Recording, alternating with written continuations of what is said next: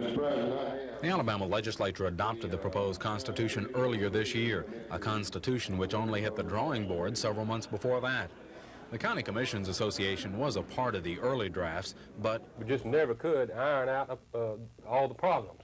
Association Director Buddy Sharpless says in the wake of all of the activity, his group has found some other concerns. The association feels the proposed Constitution would make county-financed projects more expensive, would not let county governments operate local utility systems like electricity or water, or operate hospitals or public transport systems, would not let the Constitution be amended to meet changing needs in individual counties, and would bring on a new wave of lawsuits to clarify the power of counties under the new document. I think there is definitely some room for improvement in the Constitution, and our effort here is in no way, I would hope, would in no way be interpreted as an attempt to flaunt or stop the constitutional reform. We just feel like this is not the document that does it. With this, the Association of County Commissions now joins the State Bar Association, which last week also spoke out against the rewriting of the Constitution. But both groups are now hoping the state Supreme Court will end this argument by agreeing with the lower court ruling. That lower court held the Constitution should have been rewritten in a constitutional convention and not in the state legislature. Chris Grimshaw, WSFA TV News.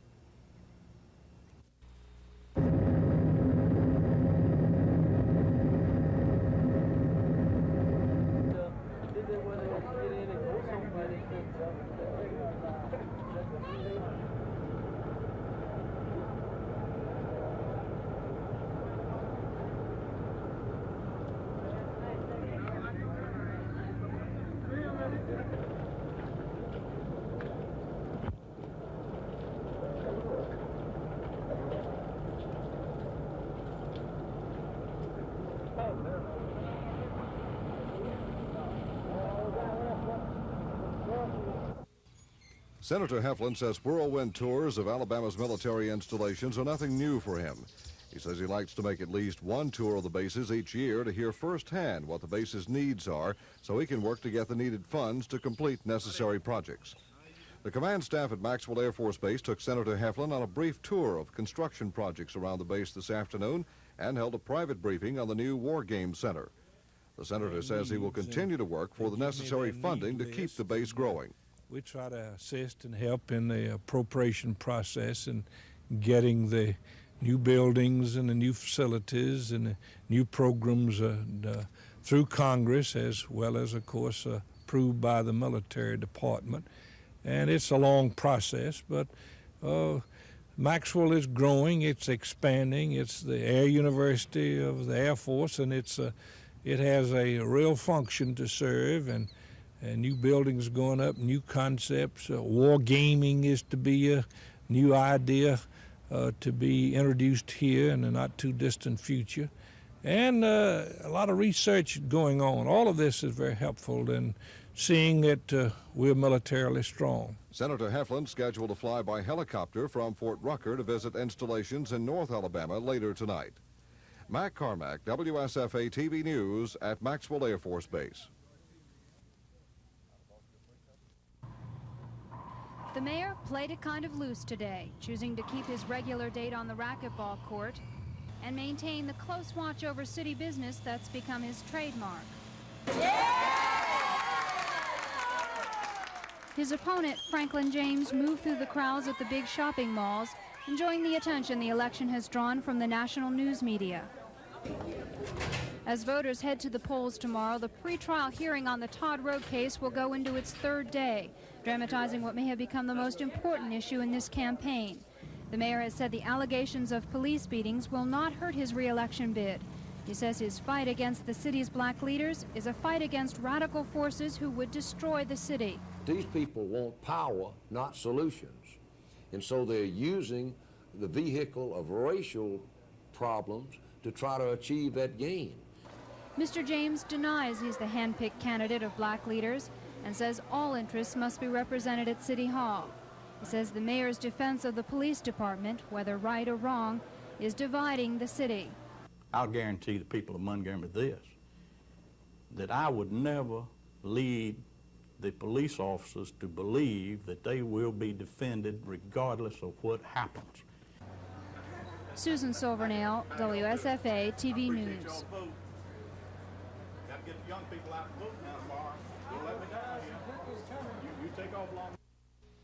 Individual counties would be prohibited from ever levying engines that will not serve the...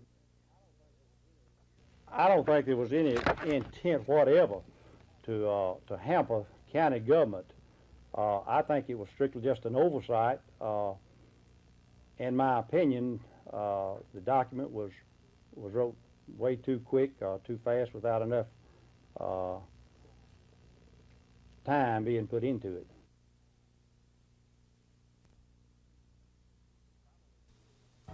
Travel and tourism experts agree. Montgomery is in a good position to scoop up those tourist dollars. Two interstate systems, I-85 and I-65, come together in the capital city to funnel some of an expected 3.5 million people through Alabama to the Louisiana World Exposition. We're hoping to accomplish at least getting a third of those visitors into our city. So that generates about $66 million worth of business just from the traveler.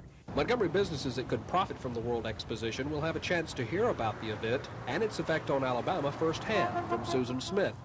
Ms. Smith says the impact of tourism in surrounding states will be significant. They're going to stop along the way at least 2 or 3 times.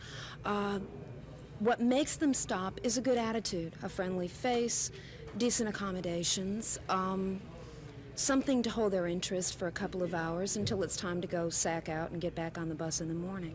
The Louisiana World Exposition opens in New Orleans on May 12th and will run through November 11th. Dennis Latham, WSFA TV News. I don't have anybody in mind. I think Watts ought to serve the purpose. I wouldn't want to criticize him. I don't think that he used the proper words. He made some mistakes. He, I think, went too far. He was an extremist. But nevertheless, you have the pendulum swinging backwards and forwards, and I think now we'll come along with someone sort of like the EPA and Ruckelhaus, and you'll get a better balanced policy in the long run.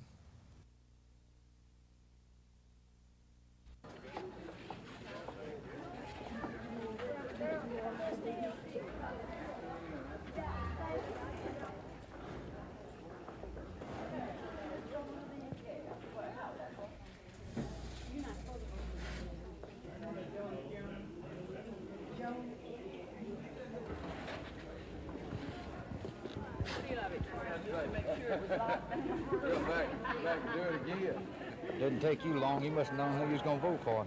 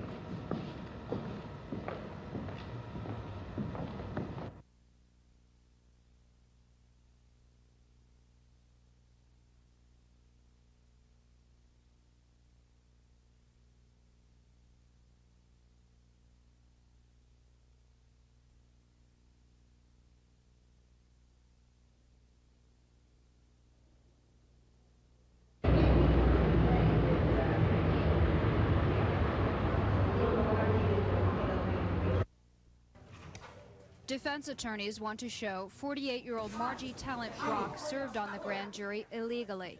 Last year, Ms. Brock pled guilty to felony theft charges. She's on probation until the spring of 1984. Apparently, when this information came out in June, Brock was dismissed from the grand jury. 3 months later, the 4 black suspects were indicted. Chief Deputy District Attorney Ellen Brooks prosecuted the Brock case. She's also handling the Todd Road investigation for the state. The Todd Road defense team believes someone on the grand jury was leaking information to high-ranking police officials. When questioned, Ms. Brock denied associating with police officers while she was a juror. She did say she was the ex-wife of a Montgomery police lieutenant. Another defendant testified today. 48-year-old Willie James Taylor Sr. of Michigan told the court he was hit in the mouth and kicked repeatedly by police during questioning. Under cross-examination, Taylor said he was beaten after, not before, he gave police a statement. Judge Randall Thomas asked Taylor if he gave the statement voluntarily. Taylor answered it was voluntary because he was afraid. He said he heard the screams of his family coming from nearby rooms. It's not known how long the hearing will last. Susan Silvernail, WSFA TV News.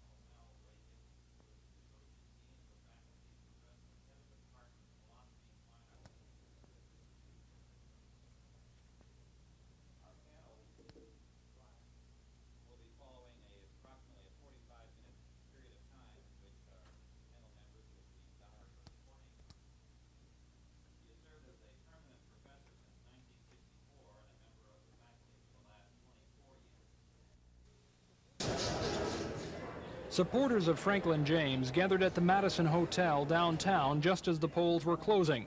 It was a quiet, subdued crowd that grew even quieter as the early vote totals started coming in. As Mr. Fulmer's lead grew, optimism that came from the James camp earlier in the day faded out. Still, it was a rousing burst of applause that greeted the candidate when he arrived. When you present your viewpoints to the people of Montgomery, and 21,000 of them accepted that. Unfortunately, 30,000 that did not.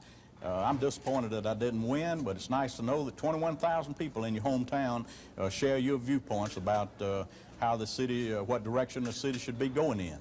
After that, Mr. James admitted defeat. You know, I think that most of the returns are in. From what my people tell me here, I've just arrived, you know. So it doesn't look like there's any need to hold out hope that we'll see victory in the sense of getting the returns, getting the kind of vote we needed.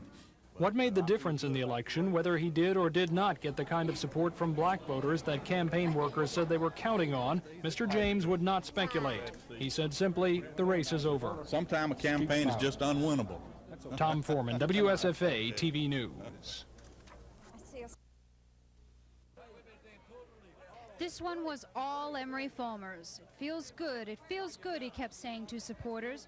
He turned around all the campaign barbs, the jabs. First of all, we had a big turnout, and that was important. We got it out, got the message across. Everybody did their job. I just cannot tell you how good this feels. I'm too polite to really express my true feelings. I think the first thing I'll do is go put out a fire. And the second thing I'll do, go work a fender bender. If I can get there without these stainless steel pistols slowing me down. Mayor Fulmer says this campaign was full of lies. He's always said he knew the real battle lines. He spent as much time campaigning against outgoing City Councilman Donald Watkins as he did Franklin James. Tonight, he said, the voters responded to this message. If this entire scenario of the Todd Road event was orchestrated to come down to the last week for election eve politics. And Franklin James can say all he wants to, but they were right in the middle of orchestrating this to hurt me. Didn't work though, did it? The mayor said he wasn't ready to answer questions about the future. He just wanted to spend tonight thanking his supporters. Susan Silvernail, WSFA TV News. Well, I would prefer the issues to be the issue of progress in the city, and I think that my record would be good at that. Of the parks we built, the ditches we fixed, the streets we've widened and resurfaced, the quality of life in the city, the lowered crime rate, the good fire protection, the solid, sound fiscal condition of the city. I think those should be the issues, but those are not. I think the real issue has to come down to the fact that Joe Reed, Alvin Holmes, Donald Watkins, and others backing my opponent for the purpose of controlling city government, and they want power, not solutions, and I think this has to be the issue now. I wish that progress were the issue and the yardstick by which we judged this administration, but I'm afraid it's not. The main issue in the campaign is the mayor himself. It's the way he conducts himself in dealing with the council. It's the way he conducts himself in dealing with the citizens of Montgomery who have problems that they go to him to talk about. He's completely inflexible, and he's taking the city down a dead-end street. The mayor wants to proceed on the basis that apparently that 40% of our population is not really here. I maintain that that 40% is not going to leave Montgomery, and the other 60% is not going to leave, and so we all here, and what we really ought to do is work out some areas of cooperation, such as industry. We never get the kind of industry into Montgomery that we ought to get until we quieten this town down some and until we begin to cooperate. You see, industry, they just do not like to locate in an area where there's political turmoil or racial strife. Once we get jobs for everybody in Montgomery, that alone will go a long way toward reducing racial strife here.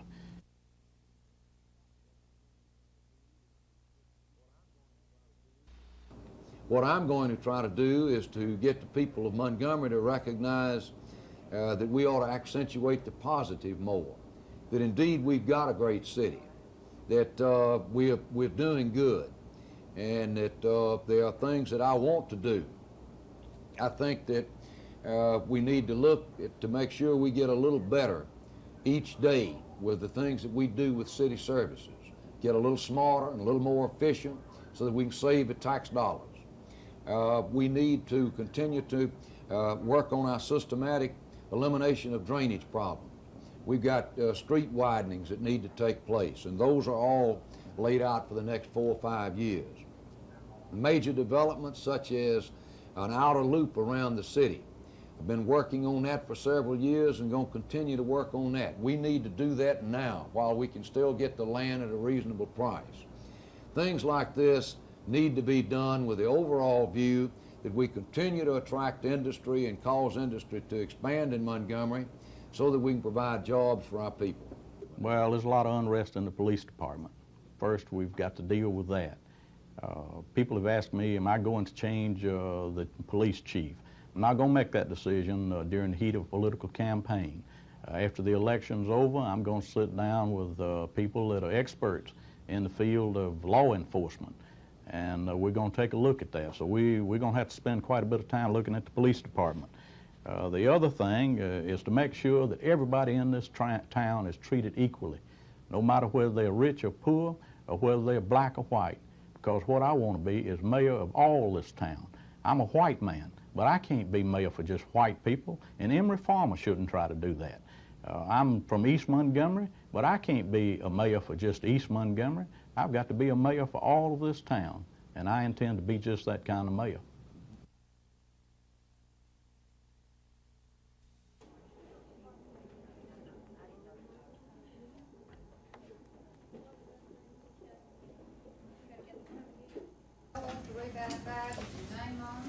Be allowed to re-enter.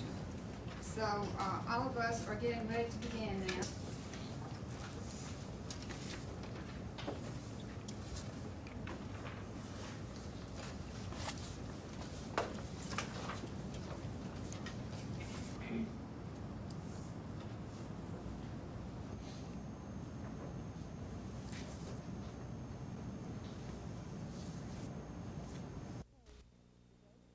It finally came, the day to take the new graduation exam. Students at Robert E. Lee walked casually into the testing area. Some were nervous, others were not. I feel pretty good about it. I'm not real nervous about it. You nervous? A little bit. I think I'll do pretty good, but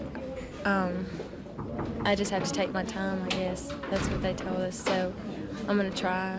Did you do any last-minute studying? A little bit, but not that much. I never took it like this before. Do you think the test is a good idea? Yes. Why so? It helps us realize how much and how well we do in school. Think you're going to do okay? I hope so. Nervous? A little bit. I heard it was pretty easy though. In a few minutes, we will be taking the Alabama High School graduation examination. The reading section was the first of 3 parts administered today. Tomorrow, students will take the math section, followed by the language section Thursday. Monitors carefully checked each student's answer sheet as they marked preliminary test information. Last information you will complete is in the lower left-hand corner of your answer sheet. Then came the exam.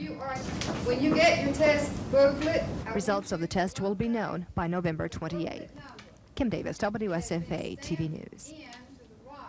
your test booklet.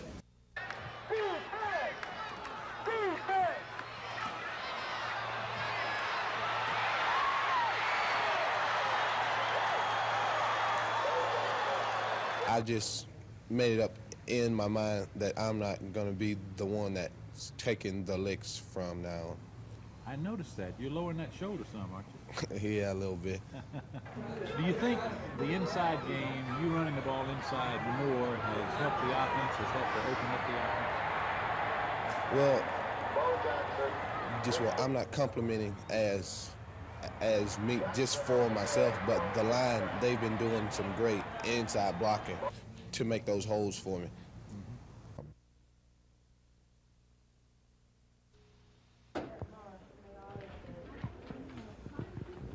Good morning.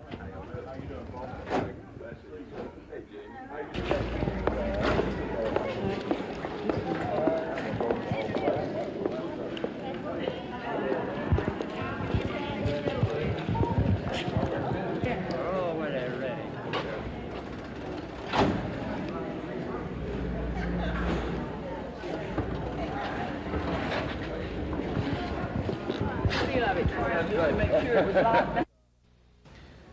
I think that it was a sad commentary in the city of Montgomery that Mayor Emory Former used such racist tactics in order to get elected mayor of the city of Montgomery. I have never seen anything like this before in my life. And the sad part about it is that the white people in the city of Montgomery fell for it. Emory Former saying that if he's not elected city of Montgomery, that Alvin Holmes and Joe Reed and Donald Watkins going to control the city of Montgomery. That is completely ridiculous.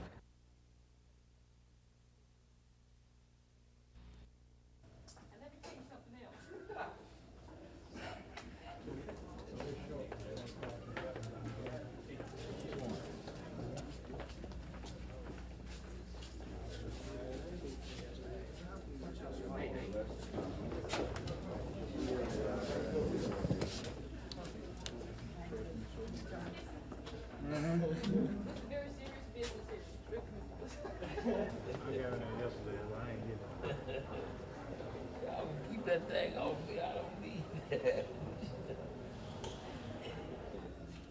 I guess y'all must be in talking.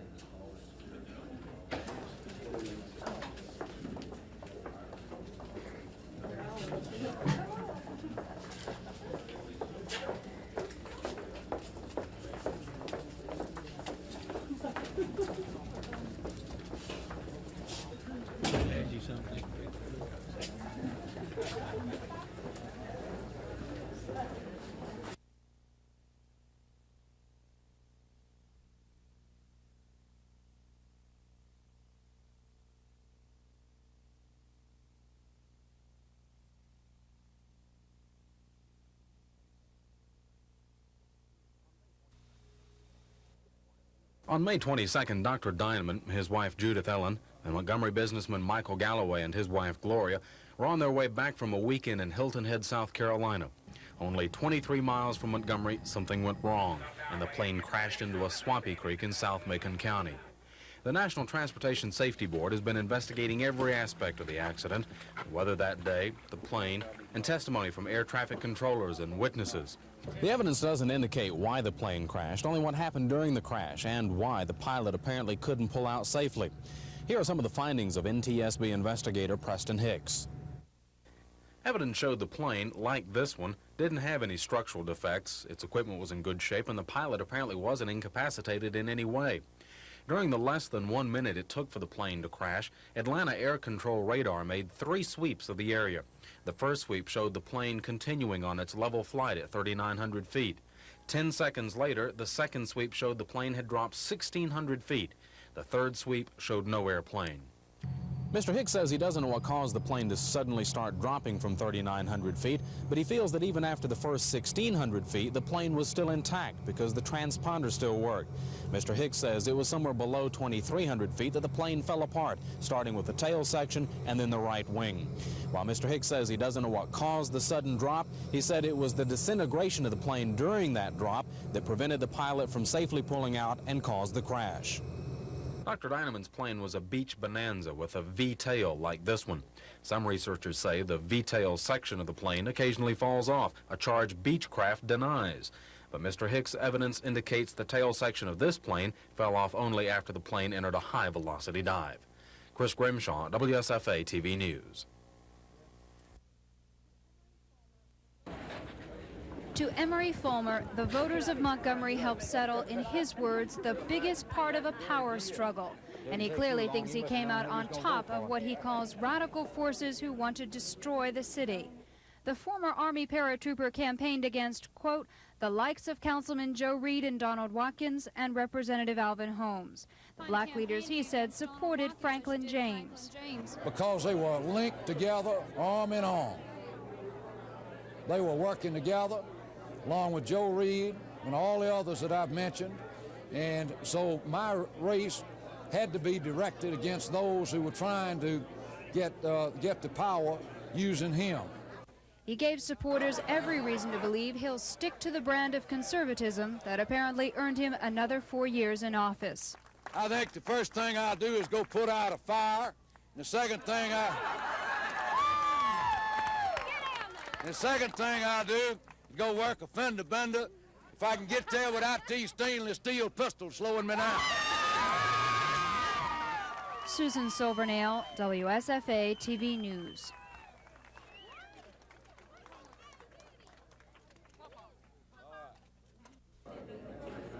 Supporters of Franklin James wore hats that said, "Make Emory a memory." But from the moment early vote totals started coming in, it was clear that would not happen. By the time the candidate arrived, it was all over. We're disappointed that we didn't win, but you know, when you present your viewpoints to the people of Montgomery, and 21,000 of them accepted that. Unfortunately, 30,000 that did not. I'm disappointed that I didn't win, but it's nice to know that 21,000 people in your hometown share your viewpoints about how the city, what direction the city should be going in. Campaign workers like Nat Wiley had hoped Mr. James would pull 55% of the votes. I personally think that piece of literature that Emory put out there last, I think it was his turning point in his favor. It hurts me to think a city would vote on something like that, but I believe that was the answer that did it. Mr. James says he will not speculate as to why Mr. Fulmer won. He sold a certain issue to the people of this town and was accepted. I said that when I started into this campaign that I had faith in the people of this town, and I still have faith in them.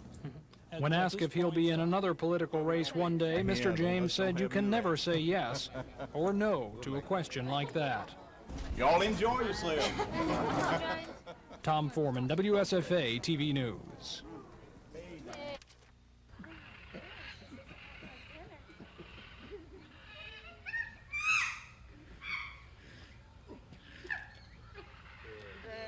There she is. There she is.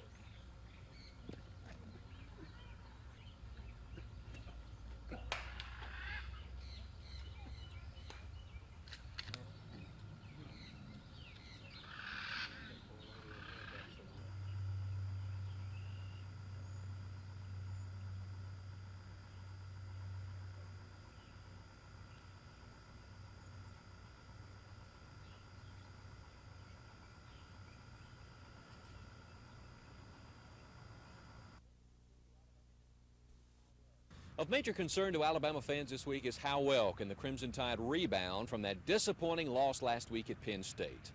Well, Coach Ray Perkins and his players insist it's all water under the bridge now. The Tide will be ready for Tennessee. We won't know that totally until Saturday afternoon. But I think we know that now because Sunday we talked about it, and hey, there's no use in crying in our milk. Let's learn from it. Let's make us better. Learn from it and do that. And, and the reason I think that players have put it behind them, and I'm very proud of them for doing so, is the fact that Monday and Tuesday of this week, we come out and have the best 1-2 practices that we've had thus far this fall. Well, you got to put it behind you because, we're not playing last week now. Tennessee's probably the toughest team we've played, at least looking at them at defense. And we got to bear down on what we got to do this week and put last week behind us because that's not going to do us any good. Yeah, there's nothing we can do about what happened last week. That's in the past, and we have to look forward to the next game. We've had some excellent practices, I believe, and we're looking forward to Saturday and going into that game. I think that Penn State loss was more of a psychological adjustment for us more than anything. I think we could have took the loss better. We would have lost about 40 points instead of losing the way we did. But unfortunately, we lost, and now we're looking on the better things. We're looking forward to winning the national championship. We still have a chance. Tennessee provides the next challenge. The Vols appear to be a much improved squad back in the thick of the Southeastern Conference race after this 20-6 win last Saturday over LSU. A look at the Vols and their thoughts on playing Alabama on tonight's 10 o'clock report. Rick Pons, WSFA TV Sports, Tuscaloosa.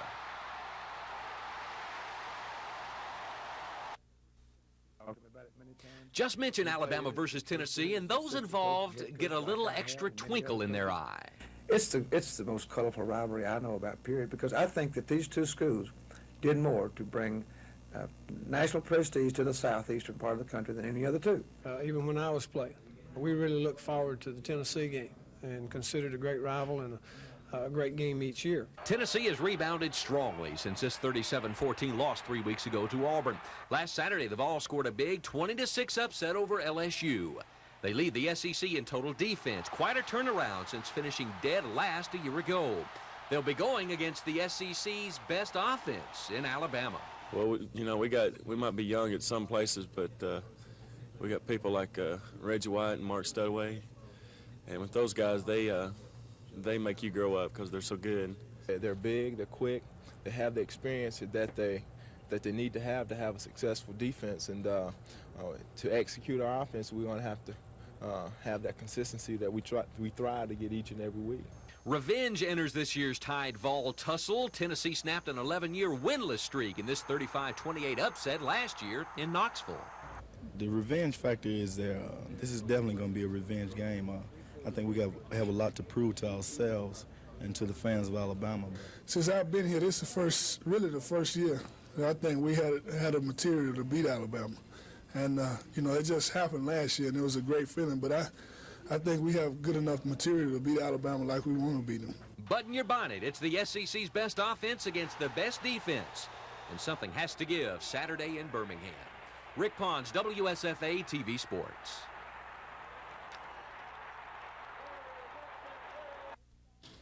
Not enough shoppers and not enough merchandise being sold. That's the problem here. That's why Montgomery Ward officials have decided to close the store. They say it's just not economically feasible to keep it open. The company's done some studies, intense studies, in forecasts of the future, and with several factors, it looks as though we would not be able to make a profit in this location in the future. Mr. McCulloch says Ward has had a tough time in this market, but company officials still don't know why. This is the only Ward store closing for now, and when the doors close, 70 full-time and 64 part-time employees will be without jobs. But Ward is stepping in to try to help. We'll be seeking employers throughout the community that could use the talents that our employees possess. We also have a number of employees that will be seeking to transfer to other Montgomery Ward locations. And this is the store that will replace Ward at the Eastdale location. Sears will open a store of the future with a new sales floor layout and computer data customer service systems. The scheduled opening is the summer of 1984. Gina Gregory, WSFA TV News. Montgomery Ward management has been reevaluating every aspect of business, trying to improve efficiency, productivity, and merchandising presentation. But it's just too late for the Montgomery store. The best way to describe the employees' reaction to the news is shock and surprise. They had no idea the store was closing. As of December 31st, 130 of them will be without jobs. But Ward's isn't just sending their employees out on the streets with nowhere to turn. We'll be seeking employers throughout the community that could use the talents that our employees possess. We also have a number of employees that will be seeking to transfer to other Montgomery Ward locations. Ward's has been in business in this location 5 years. Now Sears is planning to take over the building, but it won't be like this store. It's going to be a store of the future, a new format for merchandising and computer data customer service systems. The scheduled opening is the summer of 1984. Gina Gregory, WSFA TV News.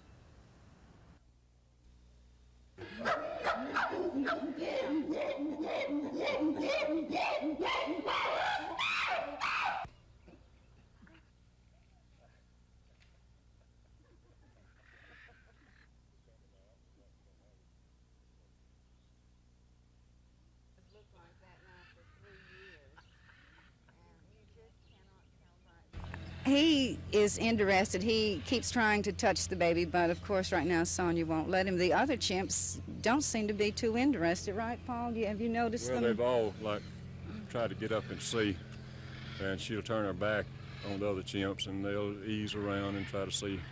And I think yesterday, Jimbo finally got up and got a hold of the little one's hand and from the back side and held on to it.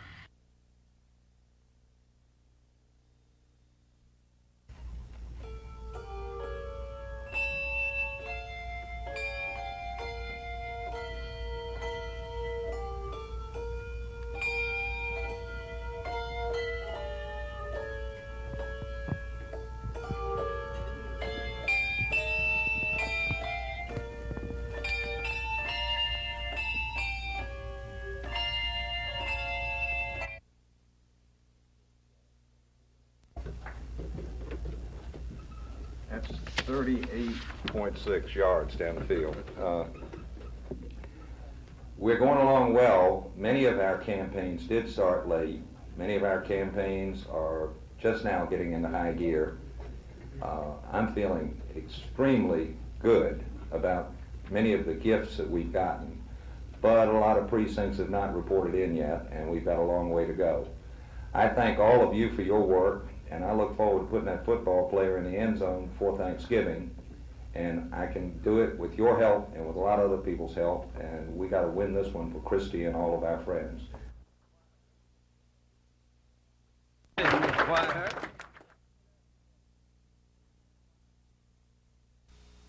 Fishing on. We have met with Mr. Currency several times, and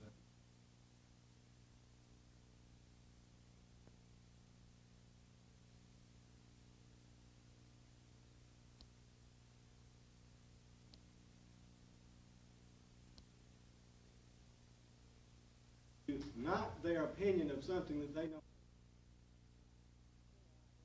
We're going to center our efforts on 3 products at this particular time from grain, basically, and that is the protein, which is there anyway. We're concentrating that so the farmer will not have to be buying high-value, high-cost concentrate.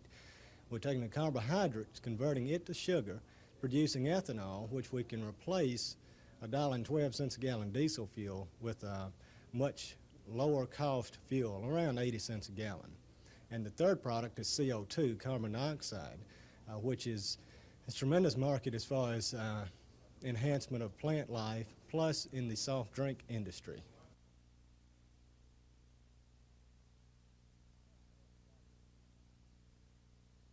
don't add value to them.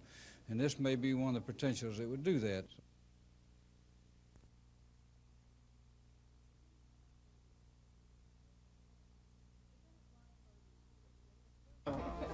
Lieutenant Brian Bodine says he was the first police officer to get to the Taylor home on Todd Road after the incident began February 27th.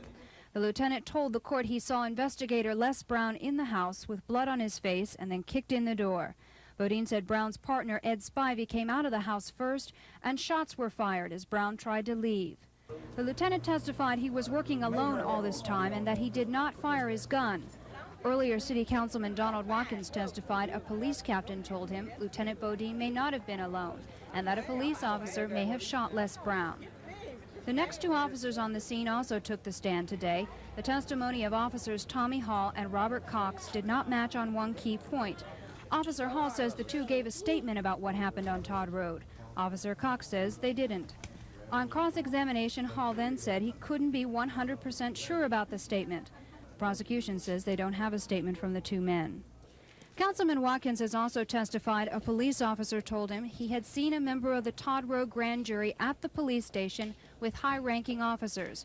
Today, investigator Lloyd Sutherland told the court he too had seen a juror at police headquarters. On cross-examination, Sutherland said he couldn't identify the juror, he didn't remember what she looked like, and that he had blocked the event from his mind because he didn't want to get involved. Susan Silvernail, WSFA TV News.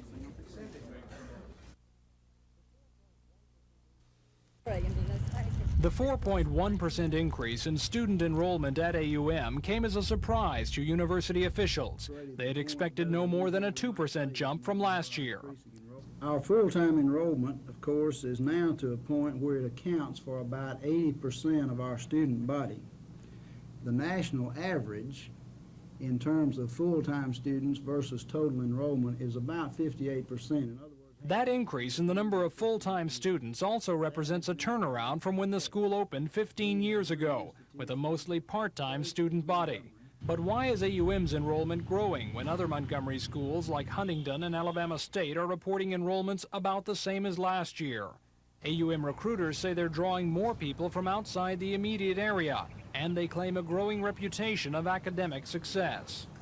There have been a number of objective measures in which our students have done extremely well. Among those are the teacher certification exams, the medical technology certifying exams. Our nursing students have done well on nursing exams. I believe that the word of our academic success is getting out. It has also caused problems like how to find housing for so many new students. And university officials say even with recent construction here, they're having trouble finding enough space for all the classes.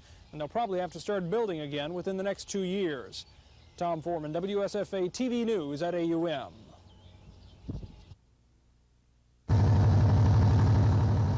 Even with new construction just being completed, AUM officials say they're having trouble finding space for all their classes.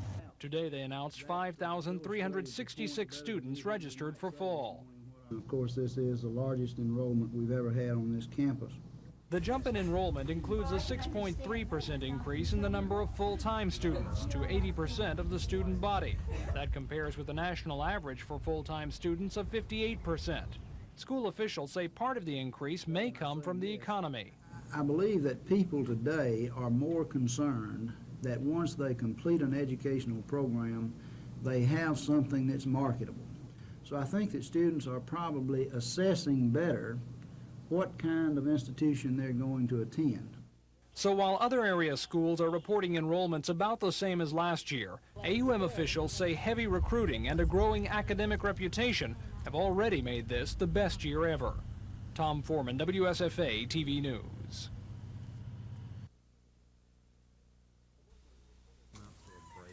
The burglary reportedly happened in this trailer on Canaloo Loop in West Montgomery. The two burglars were reportedly interrupted by the man who lives in the trailer. He says he chased them out and down to another trailer about 100 yards away.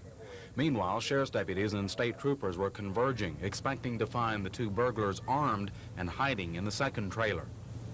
The victim, this house was burglarized, called us when we came out. He said they were in this house. But have you apprehended anybody? We have one suspect in custody. We do not know whether he is involved. He did state that the two were in the trailer and that they were armed. Okay, but you have not apprehended the two? No, the trailer was empty when we went in search. But a rush of that trailer turned up the stolen shotgun and a pistol case, but no burglars. The people who live nearby now are being questioned. Chris Grimshaw, WSFA TV News. Are y'all related to these two boys we talked about? Dr. Keith, why do you want to run against Howell Heflin? I think he's vulnerable. I've had urging from a number of Republicans. I think he's on the liberal side. I'm conservative.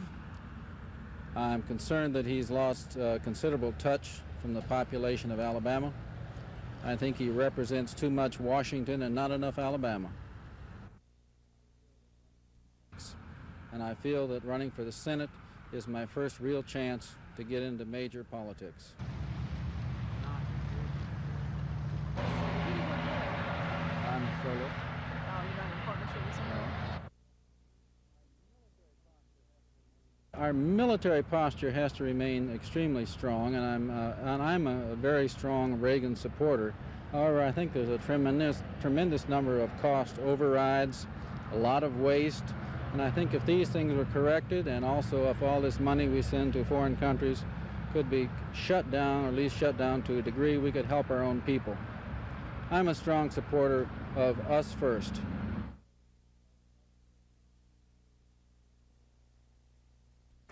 Well, that's 38.6 yards down the field. We're going along well. Chairman Farr, there you go. Hope that it helps with unclogging. To he or she could. I thank all of you for your work, and I look forward to putting that football player in the end zone before Thanksgiving. And I can do it with your help and with a lot of other people's help, and we got to win this one for Christy and all of our friends.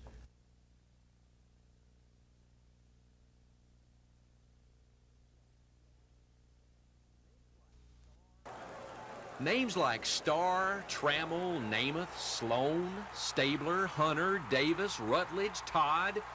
It's a who's who of Alabama quarterbacks. But none will soon be able to compare with Walter Lewis. Lewis needs just 150 yards of total offense to become the new all-time leader at Alabama. When you think about it, it's a tremendous accomplishment. It could come this Saturday in Birmingham against Tennessee. A modest man, Walter says he doesn't think about those things.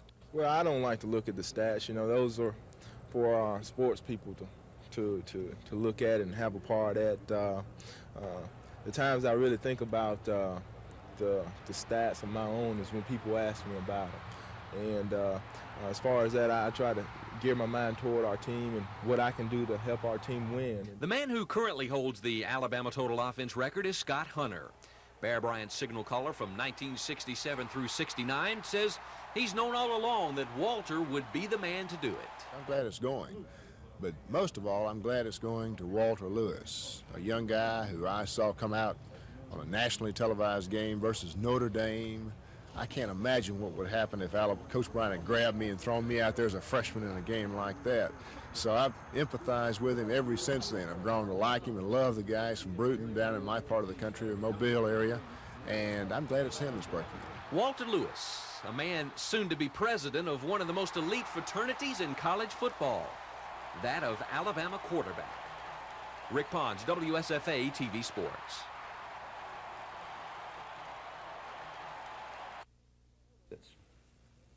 The court order of yesterday raises certain questions. It raises questions about whether there's a deadline at all. It raises questions about whether this order must be pre-cleared by the Department of Justice itself. It raises questions of fairness. What about the would-be independent candidate whose car broke down at 12:15 on the highway, who called and said that his petition had been approved by the Board of Registrars? What about the Libertarian Party candidate who did not file his petition after calling the Board of Registrars because he was told that there was a 12 noon deadline?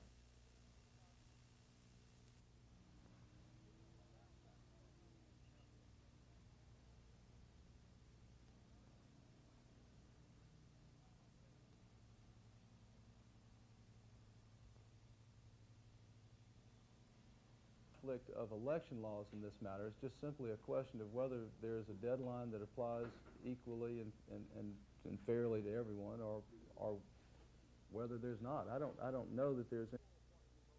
No matter who or what you vote for or against on the November 8th ballot, there was a court battle involved. The latest battle involves the third-party candidates. Most of them are independents. Secretary of State Don Siegelman says he's going to appeal Judge Gordon's order forcing the name of 3 Montgomery independents to be included on the ballot. If we're going to be fair to all candidates, I need to know whether or not Ken Trotter's name should be included and whether or not there might be other people out there who are similarly situated whose names also ought to be included on the ballot, who did not file by the 12 noon deadline. That's the independents' fight. The Republicans have a fight in court. Mr. Siegelman is fighting a Montgomery judge's preliminary order in favor of an effort by the Republicans to essentially replace nominees in 2 districts. While the Democrats aren't making any headlines today, they handpicked their candidates after winning a lawsuit that would have tried to force them to hold a primary. Meanwhile, the state has started the $400,000 task of advertising the proposed new Constitution in at least 1 newspaper in each county for each of the 4 weeks leading up to the election. A Supreme Court hearing, meanwhile, is scheduled next week to see if the Constitution should even be on the ballot. Chris Grimshaw, WSFA TV News. Supreme Court. Public schools in Montgomery County need revenues from the 3 taxes to keep state funding. Each year, the state allocates money to the county if it maintains a minimum of a 10 mil equivalency from all local tax-generating sources. The 3 taxes to be voted on are the district tax and 2 county taxes, which total 7 mills. The other 3 mills come from local sources like sales and gasoline taxes. The last time the 3 taxes were voted on was in 1965. It comes up for renewal every 20 years.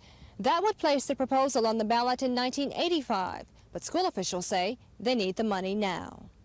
We definitely need the money to continue on an annual basis. There's another reason for the rush on the taxes. The county would have to pay for the election. If the proposal came up for a vote in 1985, it's paying only a portion or maybe nothing at all, since the November elections have already been called by the governor for court-ordered legislative balloting. Also, school officials say the timing is right. We feel like the climate is good for public education. There's a great deal of support. Many national studies are being done. We met kindergarten enrollments without lotteries, so we think this is the time to go to the public and ask for a support of a tax that's been in existence for 50 years. School officials are counting on voter support for the tax proposal. Without it, the school system would lose about $5 million a year. All of the legal matters have been worked out to ensure that the proposal is placed on the November 8th ballot. Now it's up to the voters to ratify or reject the proposal, which is not an increase in property taxes, just a continuation. Kim Davis, WSFA TV News. The Racing Commission meeting got off to a confusing start. The commission had to switch meeting places at the last minute. And when it came time to vote, not all the commissioners agreed on the way the vote was to take place. The winner was selected on the 3rd ballot. Commissioner Otis Pickard changed his vote to make the commission's decision unanimous in favor of the Macon County Greyhound Park Incorporated. Company President Milton McGregor says his firm won't betray the trust the Racing Commission has placed with them. Who will actually run the track? Paul Bryant Jr. and myself together. Of course, my group is Macon County Greyhound Park, Inc., as you know, and Paul Bryant has a company, Parimutual Management, and we're going to employ them and hire them to assist us in managing this facility. Mr. McGregor says the track will cost about $10 million to build, employ about 350 people, and be about twice the size of Green Track in Greene County. Green Track is also managed by Paul Bryant Jr. Company officials say if all goes well, the track could be operating by next summer. The track will be located on this property, just past the overpass at the shorter exit on Interstate 85. The facility will be visible from the interstate. Dennis Latham, WSFA TV News in Macon County.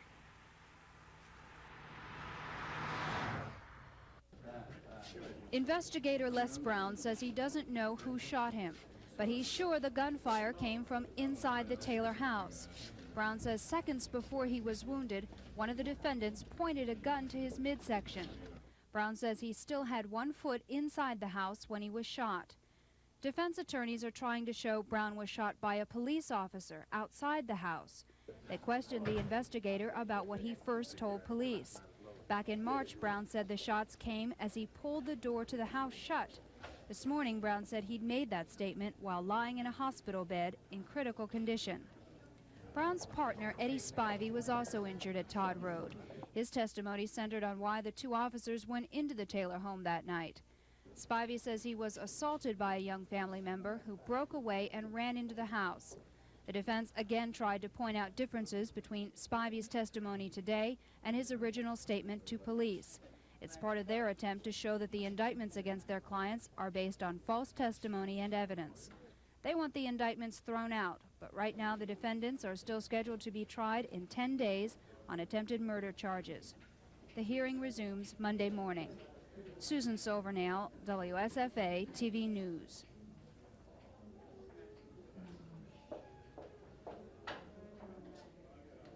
Keynote speaker did not spend a lot of time in trying to differentiate between the two, although he obviously came down very hard on the sides, which we got. Leadership, I think, is very interesting. You know, it was not a bad rap 5 or 10 years ago, perhaps, when we were still suffering from the hangover of the McNamara management era. But at this point, very frankly, it seems abundantly clear to me that all 4 services, from the highest level to the lowest level, have abandoned that approach and are thoroughly committed to the idea that leadership is of transcendent importance. And I, for one, think the expense of plowing over some old ground. But let me just give you my personal... Well, I hope you found this a useful exercise. We heard the cosmic view of leadership of the people. We heard virtually every... I'm all the more convinced now, after these 3.5 days, that is a bad rap. You know, it was not a bad rap 5 or 10 years ago, perhaps, when we were still suffering from the hangover of the McNamara management era. But at this point, very frankly, it seems abundantly clear to me that all 4 services, from the highest level to the lowest level, have abandoned that approach and are thoroughly committed to the idea that leadership is of transcendent importance.